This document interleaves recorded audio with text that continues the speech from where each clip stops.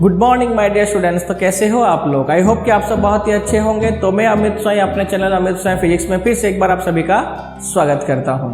तो लास्ट हमने कंप्लीट कर किया है चैप्टर नंबर 1 और चैप्टर नंबर 2, जिसमें हमने देखा electric field, force, potential energy और कैपेसिटेंस। तो आज से हम स्टार्ट कर रहे हैं चैप्टर नंबर 3, करंट, इलेक्ट्रिसिटी। और इसका आज हम क्या कवर करेंगे? हम इसमें कवर करेंगे दो टॉपिक को, introduction and explanation of electric current. Clear? तो चलिए शुरू करते हैं।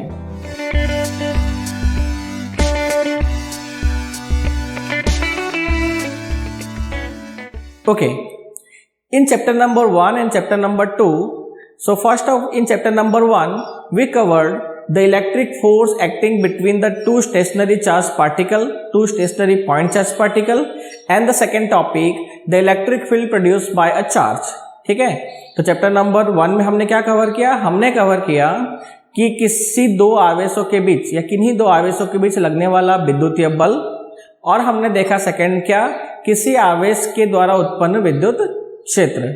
ठीक है, I was explaining you about the electric field. What is electric field? What is electric field?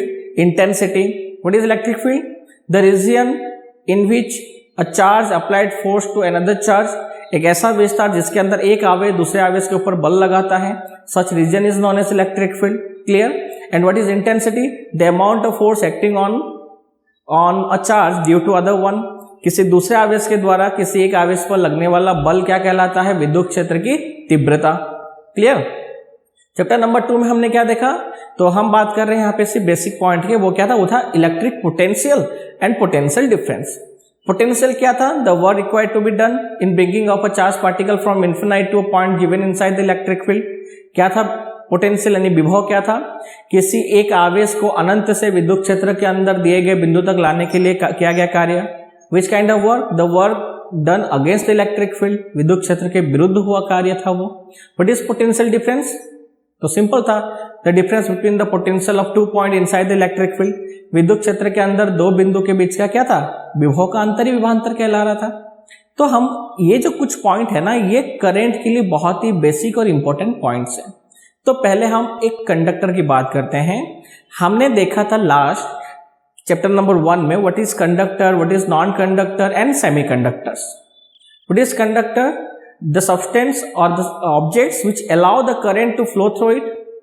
So what is the meaning of current? Clear? So initially we are going to complete what is current. So look, suppose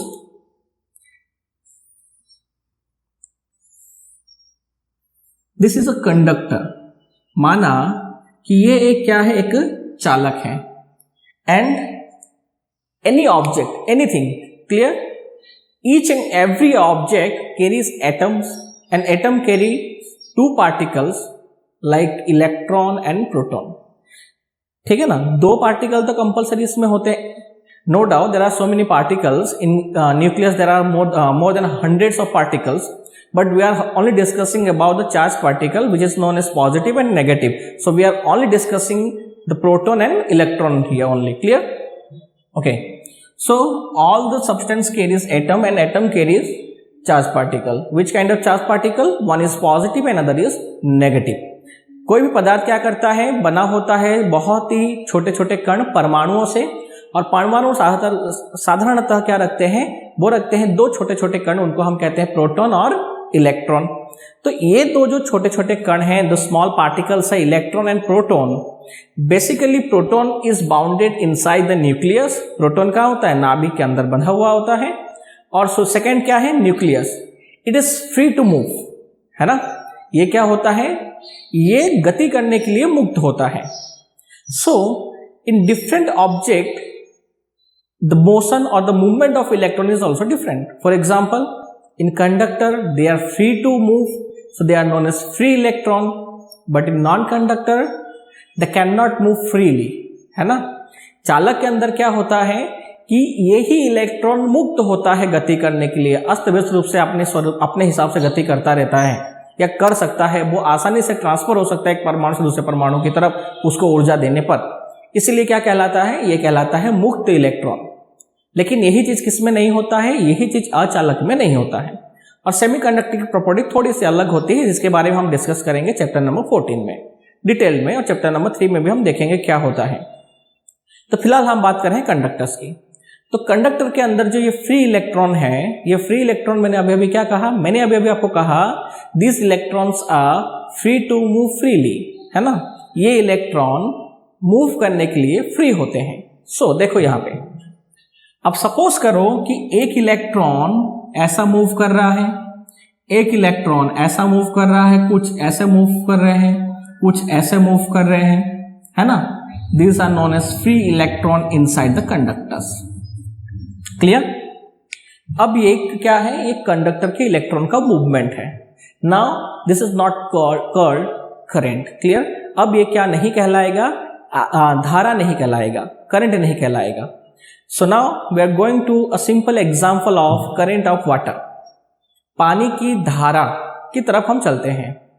जब तालाब में होता है, अगर उसमें हम कंकड़ डालेंगे यानी पत्थर डालेंगे, if we throw a stone inside the pond और in the pond, then we observe the waters get disturbed, है ना। तो हम क्या देखेंगे कि जो पानी है ना डिस्टर्ब हो रहा है, यानी कि वो अस्त व्यस्त रूप से थोड़ा सा हिलना शुरू कर देगा। तो इसका मतलब क्या कहेंगे, हम उसे पानी की धारा कहेंगे क्या?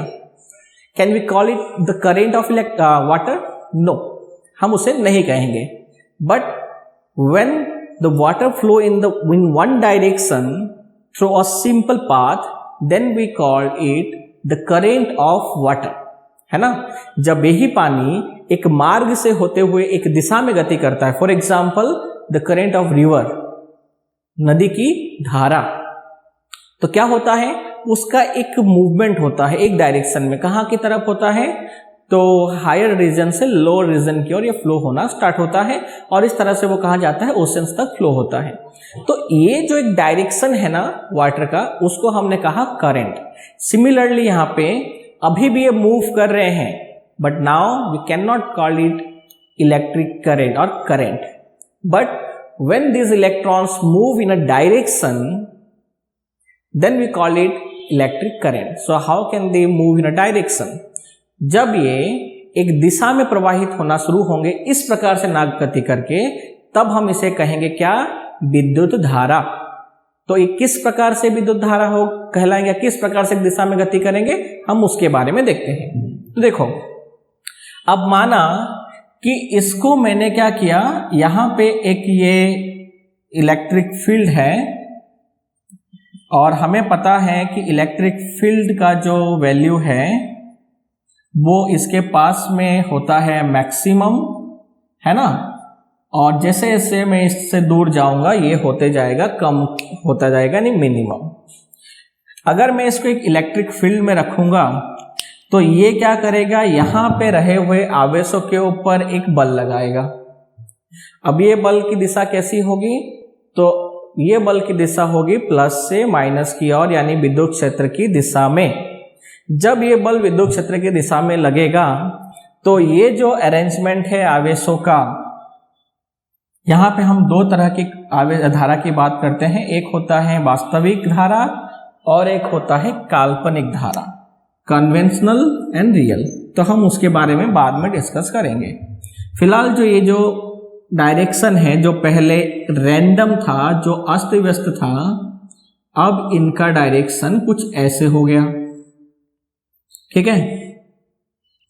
ये क्यों, क्योंकि अब इनके ऊपर एक डायरेक्शन में फोर्स अप्लाई हो रहा है, क्लियर है ना, ठीक है। परपेंडिकुलर होने की जरूरत नहीं है क्योंकि हमारा वायर जो घर पे है वो हमेशा स्ट्रेट नहीं होता, मोड़ के यहाँ वहां से कहीं से भी हम ला सकते हैं, लेकिन करंट का डायरेक्शन हो गया पॉजिटिव टू नेगेटिव, ठीक है ना। यानी जो फोर्स का डायरेक्शन है, जो इलेक्ट्रिक फील्ड का डायरेक्शन है, हमने देखा था कि वो कैसा होता है, पॉजिटिव टू नेगेटिव होता है।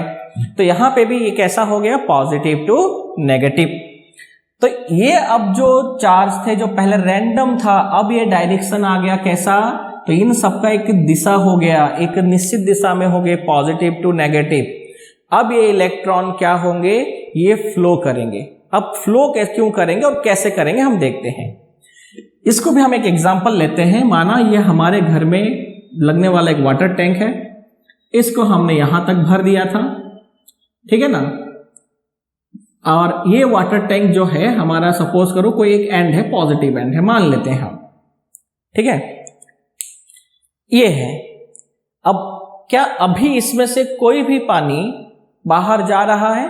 नहीं जा रहा है। क्यों नहीं जा रहा है? क्योंकि ये किसी लोअर पार्ट में कनेक्टेड नहीं, यानी कि लो लेवल वाले वाटर टैंक के साथ, यानी दूसरे पानी की टंकी जिसमें लेवल कम हो उसके साथ कनेक्टेड नहीं है, तो ये अपने लेवल को भी चेंज नहीं करेगा और ऐसा ही रहेगा। अब सिमिलरली अगर सिर्फ एक पॉजिटिव एंड से तुम कनेक्ट कर दोगे, यानी एक एंड से तुमने कनेक्ट कर दिया फेज के साथ में, तो क्या तुम्हारा फैन ऑन हो जाएगा? नहीं होगा। आपको क्या करना पड़ेगा, उसके साथ में न्यूट्रल को कनेक्ट करना पड़ेगा, यानी कि जो दो है, एक फेज और एक न्यूट्रल, यानी कि दो जो वहां पे पॉइंट है, एक पॉजिटिव एक नेगेटिव, तो अगर आप सिर्फ पॉजिटिव से कनेक्ट करोगे तो भी उसमें कुछ नहीं होगा, फैन ऑन नहीं होगा, या सिर्फ तुम नेगेटिव के साथ कनेक्ट करोगे या सिर्फ पॉजिटिव के साथ, दोनों में से कोई भी परिस्थिति में फैन ऑन होगा नहीं, ना तो लाइट ऑन होगा।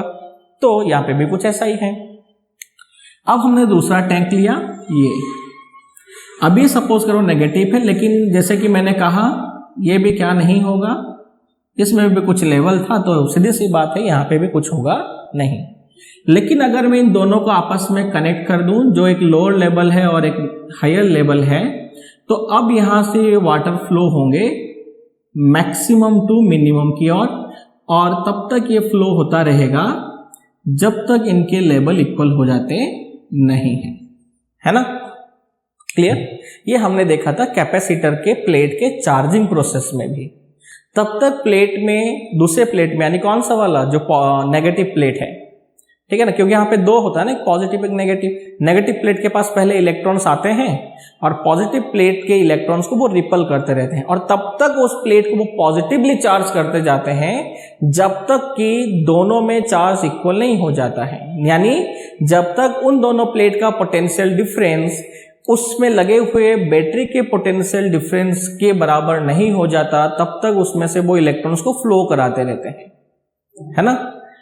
और वहीं पे हम कहते हैं उसको स्टोर ऑफ चार्ज, जबकि वास्तविकता में हो ये रहा है कि अगर हम एक सिस्टम ले लेंगे, वहां पे एक, अगर हम क्या करते हैं, एक अलग किया गया निकाय ले लेंगे, इलेक्ट्रिकली जो चार्ज सिस्टम अगर ले लेंगे, वहां पे विद्युत दृष्टि से आवेशित निकाय, तो हम देखेंगे कि वहां पे वास्तव में कोई भी तरह का आवेश संग्रहित नहीं है, क्योंकि कुल आवेश वहां पे भी शून्य है, ठीक है। तो वो हम ऑलरेडी देख चुके हैं। आप आई बटन पे क्लिक कीजिए, आपको वीडियो मिल जाएगा।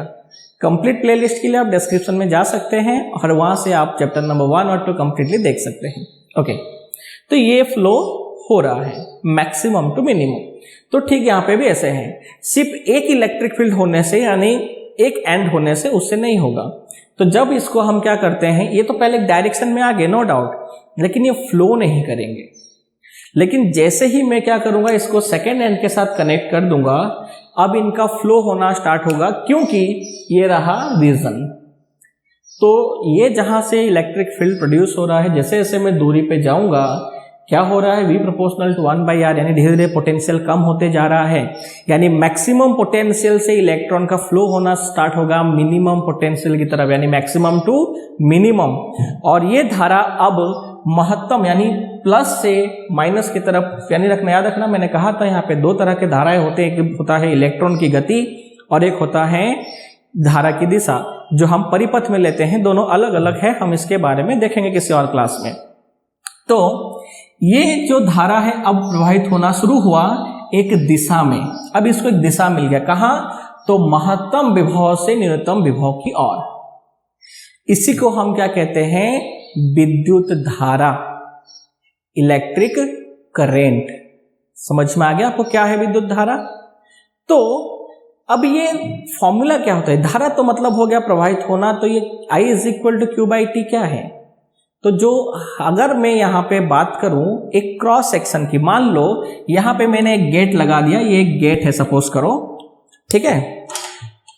अगर मैं यहाँ पे एक गेट ये लगा दूं यहाँ पे ये, तो इस गेट में से, या इस गेट को हम कहेंगे क्रॉस सेक्शन,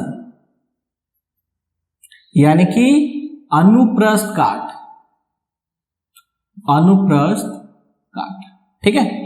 तो ये क्रॉस सेक्शन में से कितने टी टाइम में कितने आवेश जा रहे हैं, तो माना क्यू, किसमें से, तो एक अनुप्रस्थ काट में से टी समय में माना कितने आवेश जा रहे हैं, क्यू आवेश उसमें से गुजर रहे हैं। इतने भाग से टी समय के अंदर कितने आवेश गुजर गए, तो माना कि टी समय के अंदर क्यू आवेश गुजर गए। तो एक इकाई समय में कितने आवेश गुजरेंगे, तो वो गुजरेंगे क्यू बाई टी। तो एक इकाई समय में गुजरने वाले एक निश्चित क्रॉस सेक्शन में से या चालक के किसी भी क्रॉस सेक्शन में से एक इकाई समय अंतराल में गुजरने वाले आवेश की इसी मात्रा को हम कहते हैं धारा की क्षमता या फिर इलेक्ट्रिक करंट स्ट्रेंथ कहते हैं, है ना। इलेक्ट्रिक करंट स्ट्रेंथ कहेंगे, इसको हम दर्शाते हैं आई से, तो आई इज इक्वल टू हमारा हो गया क्यू बाई टी। याद रखना, इसे हम कहते हैं इलेक्ट्रिक करंट स्ट्रेंथ, जिसको हम शॉर्ट में कह देते हैं करंट। बाकी करंट का मतलब तो क्या, जितने भी आ रहे हैं। तो करंट स्ट्रेंथ यानी कि विद्युत धारा क्षमता जो है, जो इलेक्ट्रिक करंट स्ट्रेंथ है, वो क्या है, वो है किसी चालक के अनुप्रस्थ काट में से एकांक समय में गुजरने वाली आवेश की मात्रा, जिसे हम कहते हैं विद्युत धारा। तो परिभाषा क्या हो जाएगा, तो यहां परिभाषा हो जाएगा the amount of current, sorry the amount of charge, the amount of charge passing through per unit time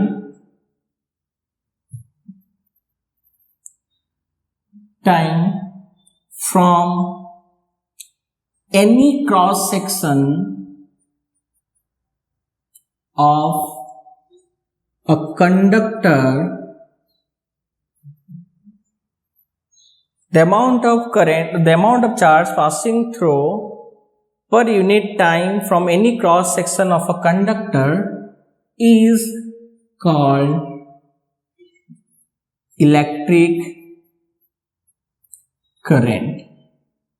ठीक है, तो विद्युत धारा क्या होता है, तो हमने देखा कि विद्युत धारा का मतलब है किसी भी चालक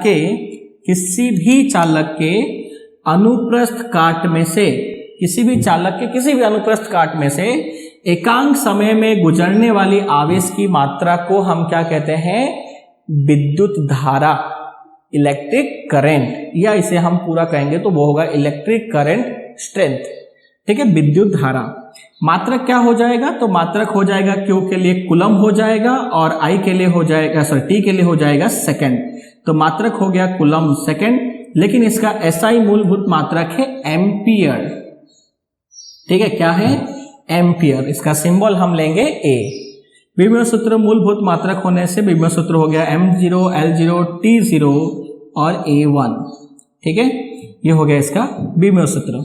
यदि गुजरने वाले आवेश की मात्रा 1 कूलम हो कितने समय में, 1 सेकेंड के अंदर, तो धारा का मान होगा 1 एम्पियर। यानी किसी चालक के अनुप्रस्थ काट में से 1 सेकेंड में गुजरने वाली यदि आवेश की मात्रा 1 कूलम हो, तो उस अनुप्रस्थ काट में से गुजरने वाले आवेश के कारण उत्पन्न धारा का मान या प्रवाहित धारा का मान कितना होगा, 1 एम्पियर धारा होगा। बाकी 1 एम्पियर धारा का परिभाषा हम किसमें, इलेक्ट्रोमैग्नेटिज्म के अंदर हम लगने वाले चुंबकीय बल के आधार पर भी दे सकते हैं, लॉरेंज बल के आधार पर भी दे सकते हैं। तो वो हम देखेंगे चैप्टर नंबर 4 के अंदर डिटेल में। फिलहाल 1 एम्पियर धारा का परिभाषा हम क्या देंगे, if the amount of charge passing through any cross section in 1 second is 1 coulomb, then the current flowing through the conductor is known as 1 ampere। समझ में आ गया। तो अगर अभी भी कोई डाउट है तो आपको पता है आपको क्या करना है, आपको करना है कमेंट या फिर तो दिए गए नंबर पे व्हाट्सएप। इसके अलावा जूम के लाइव क्लास के लिए भी आप मुझे अप्लाई कर सकते हो, और इसके साथ में नीचे दिए गए लिंक से आप अगर किसी भी तरह का एजुकेशनल इंस्ट्रूमेंट परचेज करना चाहते हो तो वहाँ से परचेज कर सकते हो। इसके अलावा अगर वीडियो आपको अच्छा लगा है तो प्लीज़ वीडियो को लाइक शेयर और सब्सक्राइब कर देना। हाँ, लेकिन सब्सक्राइब करने के साथ साथ बगल में रहे हुए बेल को भी क्लिक कर देना, ताकि जब भी नेक्स्ट वीडियो आए चैप्टर नंबर 3 के रिलेटेड आपको सबसे पहले मिले। इसके अलावा प्रैक्टिकल सेशन भी स्टार्ट हो चुका है। चैप्टर नंबर 3 का जो प्रैक्टिकल है यानी कूलम्ब्स लॉ, जो बेसिकली 12th साइंस के प्रैक्टिकल फर्स्ट प्रैक्टिकल है एनसीईआरटी का, यानी कि सीबीएसई पैटर्न में हो या कोई भी स्टेट बोर्ड में, तो ये आपका फर्स्ट प्रैक्टिकल है कूलम्ब्स लॉ। तो वो भी आ चुका है, तो आप जाके वहाँ पे भी देखिए। आपको कम्प्लीटली मैंने पीपीटी के साथ में आपको एक्सप्लेन किया है, उसका टेबल किस तरह से ड्रॉ करना है, ग्राफ कैसे ड्रॉ करना है, ठीक है, और प्रैक्टिकल का कनेक्शन कैसे करना है वो मैंने आपको लाइव शो किया है वहाँ पे। तो आप उसको भी जाके देखिए, लाइक कीजिए, सब्सक्राइब कीजिए और घर पे रहिए और सुरक्षित रहिए और ज़्यादा से ज़्यादा सीखिए। लेकिन प्लीज़ लाइक शेयर और सब्सक्राइब जरूर कर देना। So thank you very much. Next video के लिए जुड़े रहिए।